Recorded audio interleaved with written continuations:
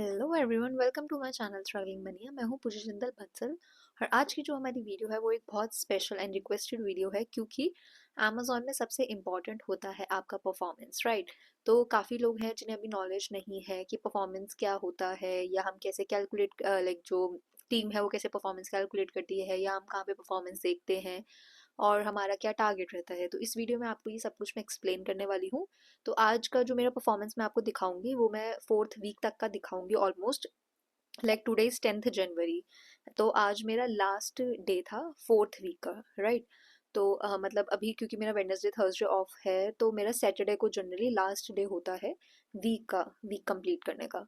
तो आज मुझे कल का अपडेट मिला है, आज 10 जनवरी है, मुझे 9 जनवरी का अपडेट मिला है और आज का जो अपडेट होगा वो मुझे कल मिलेगा जब मेरा नया वीक स्टार्ट हो जाएगा। तो आपको मैं आज तक का अपडेट दिखाऊंगी और ये भी बताऊंगी कि आज की मेरी परफॉर्मेंस कैसी रही, जिससे आप और आगे की वीडियो में मैं जब नेक्स्ट वीडियो का भी परफॉर्मेंस बनाऊंगी तो मैं आपको आइडिया दे दूंगी कि मेरी क्या क्या लाइक परफॉर्मेंस में रेटिंग रही है या क्या मेरा परफॉर्मेंस में लाइक मुझे कितना मैंने लाइक मुझे परफॉर्मेंस में कितना स्कोर मैंने किया है बेसिकली। तो वो मैं आपको आगे वीडियो में भी बताऊंगी। अभी मैं आपको अभी तक का बता देती हूँ कि क्या आपको कितना स्कोर लेना होता है, क्या हमारे को लाइक परसेंटेज होती है जिसमें हमें परफॉर्म करना होता है और उससे ऊपर होता है तो क्या होता है, राइट। तो पहली बात तो ये, जब आपका फर्स्ट टू थर्ड वीक होता है और उसके बाद आपका फोर्थ वीक होता है, जो फर्स्ट से थर्ड वीक होता है उसमें फर्स्ट वीक में तो आपको पता है आपकी ट्रेनिंग चलती है, ठीक है। जो सेकंड वीक होता है वो भी ऑलमोस्ट खत्म ही हो जाता है, उसके लास्ट के 1-2 डेज में आपकी कॉलिंग थोड़ा बहुत स्टार्ट होती है। थर्ड वीक में आपकी almost full time calling kind of होने लग जाती है। और जो फर्स्ट टू थर्ड वीक का स्कोर रहता है वो जनरली रहता है 17%। अभी मैं आपको ये बता रही हूँ, आगे मैं आपको दिखाऊंगी, ठीक है। 17% रहता है। अब जो मेरा फोर्थ वीक चल रहा है जिसका आज एंड हो गया है, इस वीक में जो मेरा स्कोर के लिए परसेंटेज था वो था 14%। It's a bottom box 14%। Okay. तो अब जो मेरा फिफ्थ वीक आएगा उसमें आई गेस मेरा अराउंड 12 होगा। और जो मेरा सिक्स एंड सेवन्थ वीक आएगा वो हमारा ग्रेजुएशन वीक होता है जिसमें हमें 9.5 के अंदर स्कोर करना होता है, ठीक है। इसमें किसी भी वीक में अगर आपका 60% से ऊपर स्कोर हुआ तो आपको एचआर को भेज देंगे, यानी कि आपको जॉब से निकाल देंगे। और अगर आपको जो टारगेट दिया गया है और 60 के बीच में होगा तो आपको रेमेडियल ट्रेनिंग दी जाती है, 2 बार ट्रेनिंग दी जाती है। अगर तब भी आप अपना लाइक जो आपका स्कोर है वो अचीव नहीं कर पाते, आपका जो टारगेट है अचीव नहीं कर पाते, तो फिर आपको थर्ड टाइम पर एचआर को रेफर कर दिया जाता है, ठीक है। तो ऐसा हुआ था कुछ जो मेरे साथ के टीममेट्स थे, तो उनके साथ ऐसा हुआ था कि जो फर्स्ट टू थर्ड वीक का 17% अगर उन्होंने ऊपर लिया तो उनकी फोर्थ वीक में रेमेडियल ट्रेनिंग हुई है। अगर वही सेम पर्सन अगर उन्होंने अभी भी अपना गोल अचीव नहीं किया तो उनको फिफ्थ वीक में रेमेडियल ट्रेनिंग मिलेगी, और अगर फिफ्थ में भी नहीं किया तो हो सकता है कि उन्हें सिक्स्थ में एचआर को रेफर कर दिया जाए। ओके। और क्योंकि रेमेडियल ट्रेनिंग जो मिलती है वो नेक्स्ट वीक मिलती है। तो आज मैं आपको जो परफॉर्मेंस दिखाऊंगी मेरी फोर्थ वीक की परफॉर्मेंस दिखाऊंगी ऑलमोस्ट। आज मेरा लास्ट डे था। उसका मैं आपको हमें ना एक रियल टाइम एचएमडी का भी एक लिंक दिया जाता है हमारे ट्रेनर की तरफ से, ताकि हम थोड़ी थोड़ी देर में लिंक रिफ्रेश करके भी देख सकते हैं कि हमें अभी कितने येसेस एंड नो है। तो आपके जो फीडबैक होता है उसमें स्टार्टिंग होती है येस एंड नो से। तो सबसे पहले कस्टमर को ईमेल जाता है कि क्या इस पर्टिकुलर पर्सन ने आपकी हेल्प करी, येस और नो, ठीक है। वो फर्स्ट चीज़ होती है। तो अगर कस्टमर ने येस किया तो आगे उनको स्टार रेटिंग के लिए ऑप्शन मिलता है कि आप रेटिंग दे सकते हो, आपको कितना लाइक अच्छा लगा इनका परफॉर्मेंस, और उसके आगे आप कमेंट भी ड्रॉप कर सकते हो। सेम अगर कस्टमर ने नो किया तो उसके आगे भी वो रेटिंग दे सकते हैं, 1 स्टार 2 स्टार जो भी उनको सही लगता है, और कमेंट कर सकते हैं, ठीक है। कई बार ऐसा होता है कि कस्टमर ने येस कर दिया पर उन्होंने ईमेल बंद कर दिया और वो बस येस में काउंट होगा, उसका बहुत ज़्यादा आपके स्कोर पे कुछ भी असर नहीं पड़ेगा क्योंकि उसमें उन्होंने स्टार रेटिंग नहीं दी। हमारा जो रेटिंग काउंट होता है वो स्टार रेटिंग काउंट होता है। और ऐसा भी होता है कि नोज आते हैं पर वो कस्टमर रेटिंग तक नहीं जाते। तो मेरे साथ ऐसा भी हुआ है। तो जो मेरी फर्स्ट से थर्ड की परफॉर्मेंस थी उसमें मैंने जो स्कोर किया था वो 9.5 से कम ही किया था। तो मेरा स्कोर, मैं टारगेट अपना 9.5 से कम ही लेके चल रही हूँ, मैं 14-17 वाला टारगेट नहीं लेके चल रही है क्योंकि आगे भी मुझे ऑपरेशनल में भी इनफैक्ट 9.5 से कम ही शायद 6-7 तक ही मेरे को टारगेट मिले तो मेरे को वो अचीव करना फिर मुश्किल हो जाएगा। इसलिए मैं कोशिश कर रही हूँ कि मैं 9.5 जो मेरा पूरा ग्रेजुएशन का टाइम पीरियड का मैक्सिमम है मैं वही अचीव करूँ। क्योंकि जब हमारी ट्रेनिंग हुई थी हमारे टीम मैनेजर के साथ तो उन्होंने बोलता कि आप अपना टारगेट 9.5 ही लेके चलो क्योंकि लास्ट वीक में आपका यही टारगेट है। तो इसलिए मैं यही टारगेट लेके चल रही हूँ। और जो मेरा फर्स्ट टू थर्ड वीक था उसमें मैंने 9.5 से कम ही बॉटम बॉक्स अचीव किया था। अब जो मेरा चल रहा है इसके रिगार्डिंग मैं आपको अपना परफॉर्मेंस दिखा देती हूँ। तो साइड में आपको मेरी परफॉर्मेंस दिखेगी जिससे मैं आपको बता पाऊंगी। तो अगर आपको मेरी परफॉर्मेंस दिख रही है, राइट, तो अब आपको मैं बता रही हूँ। यहाँ पे 3 कॉलम होते हैं, ठीक है। बीच का कॉलम होता है टॉप बॉक्स, फर्स्ट कॉलम होता है आपका ACHD यानी कि एवरेज कॉन्टैक्ट हैंडलिंग टाइम, और थर्ड होता है आपका बॉटम बॉक्स। तो सबसे पहले मैं आपको टॉप बॉक्स दिखा रही हूँ। इसमें मैं आपको अपनी रेटिंग दिखा रही हूँ। तो हम अगर हम ऑल पे करते हैं तो हमें सारी रेटिंग्स दिखती है, 4-5 स्टार पे करते हैं तो 4-5 स्टार दिखती है, 1-2 स्टार पे करते हैं तो वो दिखती है। तो आप देख सकते हैं जो अभी मेरा चल रहा है 4-5 स्टार जो मेरे चल रहे हैं वो है 21। तो 4-5 स्टार को आप एक बॉक्स में काउंट करते हो तो वो मेरे 21 चल रहे हैं। और मेरे 3 स्टार चल रहे हैं 2, ठीक है। और जो मेरे 1 स्टार 2 स्टार है वो चल रहा है 1। तो अभी जो मेरा स्कोर चल रहा है करंटली वो है बॉटम बॉक्स 4। तो आपको मैंने बताया कि 9.5 से मुझे कम रखना है। तो इसमें जो टॉप बॉक्स है उससे ज़्यादा मैटर करता है बॉटम बॉक्स। तो बॉटम बॉक्स कम से कम होना चाहिए। अगर ज़ीरो है तो सबसे अच्छी चीज़ है, इससे अच्छा कुछ है ही नहीं। अदरवाइज आपको लाइक अभी मुझे 9.5 तक का ग्रेस मिल रखा है, शायद ऑपरेशन में मुझे 6.5 या 7 तक का ग्रेस मिलेगा। अभी मैं 4 पे हूँ। और इसके साइड में जो है ACHT, मैं आपको बॉटम बॉक्स भी खोल के दिखा देती हूँ। तो वहाँ पे वैसे तो मुझे इस वीक में एक ही मिला, आई डोंट नो कि ये दो क्यों दिखा रहा है। मैं आपको आगे ट्रेलिंग हमारा ना, हमें इसमें ना वीक सेलेक्ट करना पड़ता है। तो जो ट्रेलिंग वीक होता है वो होता है जो अभी अभी जो वीक चल रहा है, और इससे पहले के जो लास्ट वीक होता है वो भी आपको दिखाता है, राइट। तो अभी मुझे एक 2 स्टार मिला है। और उसके अलावा जो मेरी ACHD है वो मेरी 10 से कम है। तो हमें 10 से 9 से कम रखनी होती है, 8 पॉइंट समथिंग है मेरी।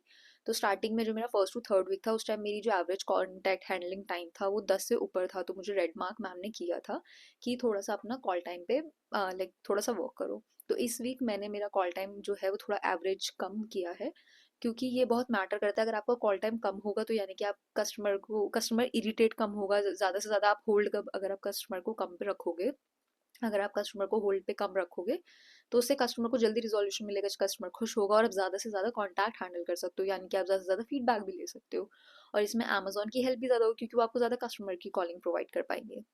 इसलिए एवरेज कॉल टाइम हमेशा 9 से कम ही रखने की कोशिश करना। और मैंने ऐसा देखा है कि ऑपरेशन टाइम पे आपको जो एवरेज कॉलिंग हैंडल टाइम है वो 6-7 तक भी करना पड़ता है। तो स्टार्टिंग से मैनेज करने की कोशिश करना। तो ये मेरा परफॉर्मेंस है अभी, क्योंकि मैं ट्रेनिंग पीरियड में हूँ। तो हमें ये अपना परफॉर्मेंस, जो मेरी ट्रेनर है उनके साथ हमें एक क्विप फाइल होती है हमारी, जिसमें हम जनरली सारे लिंक वगैरह नोट्स सेव करते हैं, क्योंकि वो हमारा कहीं पर जाता नहीं। अदरवाइज अगर हम अमेजोन के सिस्टम में नोट्स में अगर कुछ भी सेव करते हैं तो वो डेली नोट्स जो है वो रिफ्रेश हो जाते हैं। पर क्विक फाइल में अगर हम कुछ भी सेव करते हैं तो वो आगे तक रहता है। इसलिए अमेजोन में क्विक फाइल दी जाती है, मतलब क्विक एक काइंड ऑफ लाइक आपको अलग से एक वेबसाइट काइंड ऑफ जैसे होती है ना, वैसे दिया जाता है जहाँ पे आप अपना वर्क ईमेल जो होता है वो डाल के, या आपका लॉगिन ईमेल डालते हो, आप जनरली आप अपना लॉगिन ईमेल डालते हो और आपको सारे अपडेट हो जाता है। तो इसमें मेरे जो ट्रेनर हैं उनके पास मुझे, मैं आपको वो दिखा नहीं सकती क्योंकि वहाँ पे मेरे पूरे टीममेट्स के स्कोर अवेलेबल हैं। तो मैं आपको वो इसलिए नहीं दिखा सकती क्योंकि वो कॉन्फिडेंशियल है। पर जो मैंने आपको स्कोर बताया वो स्कोर मैं वहाँ अपडेट करती हूँ। जैसे मैंने आज का अपडेट किया था कि मेरे 21 जो हैं वो 4-5 स्टार है। उसके अलावा जो मेरे अम, दो हैं जो 3 स्टार है और एक है जो 2 स्टार है। तो मैंने वहाँ अपडेट कर देती हूँ। मैम ने एक फॉर्मूला लगाया होता है जिससे मेरा ऑटोमेटिक बॉटम बॉक्स कैलकुलेट हो जाता है। अदरवाइज हम अपना AC3 में देख सकते हैं, आपने देखा ही है कि 4 मेरा बॉटम बॉक्स था, वही सेम हमें वहाँ पे फॉर्मूला में भी पता चल जाता है। तो उससे उससे जो हमारी ट्रेनर है उन्हें अपडेट रहता है। और वो फिर रेड बॉक्स और ग्रीन बॉक्स लगा देते हैं। रेड बॉक्स से उनको लगाते हैं ताकि वो अपना स्कोर को थोड़ा बेटर करे, क्योंकि वो अभी अपना गोल अचीव नहीं कर रहे हैं। और ग्रीन बॉक्स उनको लगाते हैं ताकि उन्हें पता चले कि हाँ ये उनका गोल जो है वो अचीव्ड है अभी।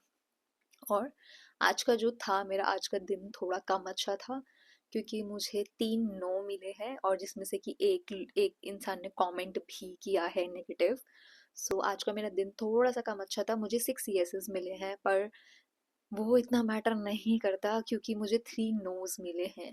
तो इन केस अगर आज मेरे, मैं जब कल चेक करूँगी उन 3 नोज में मेरे 1 या 2 स्टार हुए, और जो मेरे 6 ईयर्स है अगर उसमें 4-5 स्टार भी हुए तब भी मेरे टोटल 1-2 स्टार जो होंगे वो 4 होंगे। और जो मेरे टोटल 4-5 स्टार होंगे वो 25-26 अराउंड होंगे।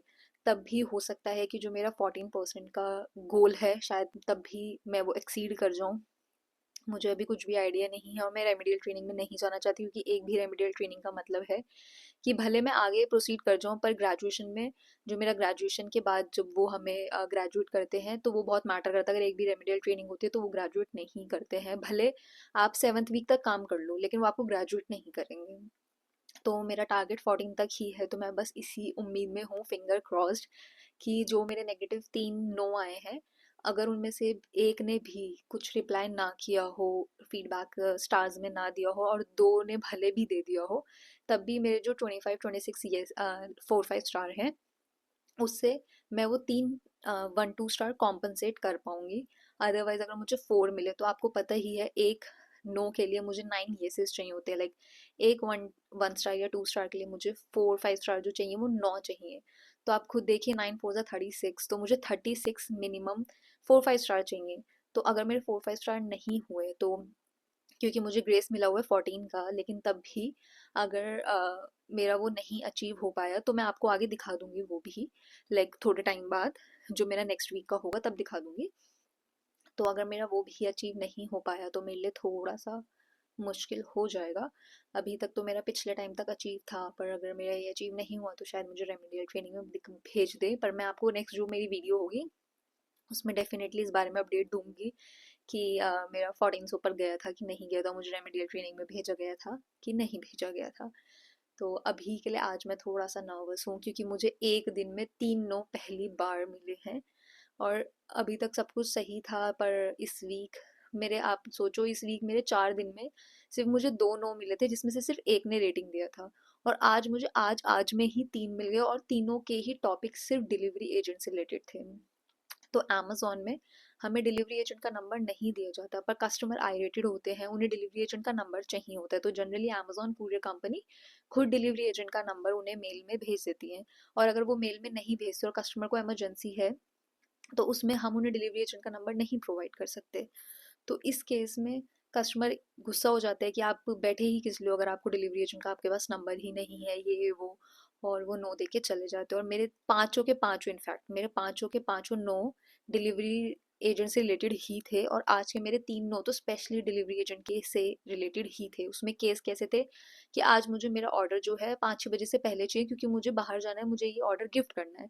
अब अमेजोन में क्या होता है, रात तक डिलीवरी होती है, अर्ली डिलीवरी करना मुश्किल हो जाता है। तो उसमें कस्टमर गुस्सा होकर नो दे के चले गए। एक ने मेरे को बोला कि मेरी नाइट शिफ्ट होती है, मैं दिन में सोता हूँ, तो मुझे ऑर्डर जो चाहिए, मैं नहीं चाहता मेरी नींद डिस्टर्ब हो। ठीक है, अब शायद उन्हें ऑर्डर दिन में मिला होगा या क्या, मुझे नहीं पता, उन्होंने भी नो दे दिया। तो ऐसे रीजंस होते हैं कस्टमर केयर में। आपकी गलती जल्दी से नहीं होती, पर दूसरे की गलती या कस्टमर की खुद की गलती के लिए भी आपको नो पड़ जाता है।